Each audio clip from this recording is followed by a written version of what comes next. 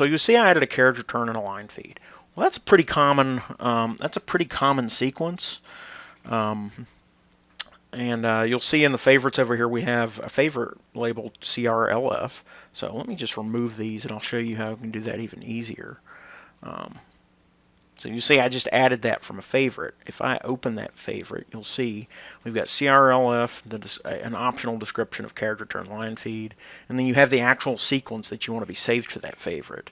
So it's an easy way. While we're on the topic of modules, the favorites is one of my favorite modules that we've added in this new editor.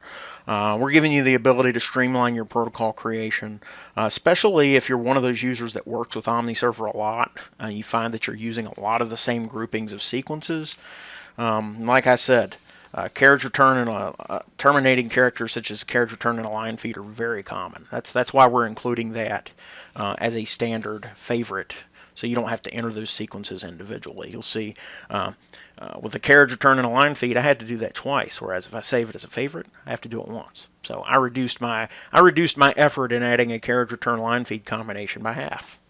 Now it literally saved a few seconds, but if you add that up across multiple messages, across multiple protocols, across years, it saves you a ton of time. So we're even giving you the ability to highlight and select any group of sequences already defined in a message, and then you can just right click on those and save it as a favorite. So for instance, if I wanted to save this whole thing as a favorite, I could click or highlight it, click add to favorites. You'll see it populates the sequence with what I highlighted, and then I can just give it a name. And click OK. You'll see it saved that as a favorite. And then if I ever wanted to use that again, I can just drag and drop it, and you'll see it puts the whole thing in there. So that's a very simplistic example, but you'll see how powerful that is.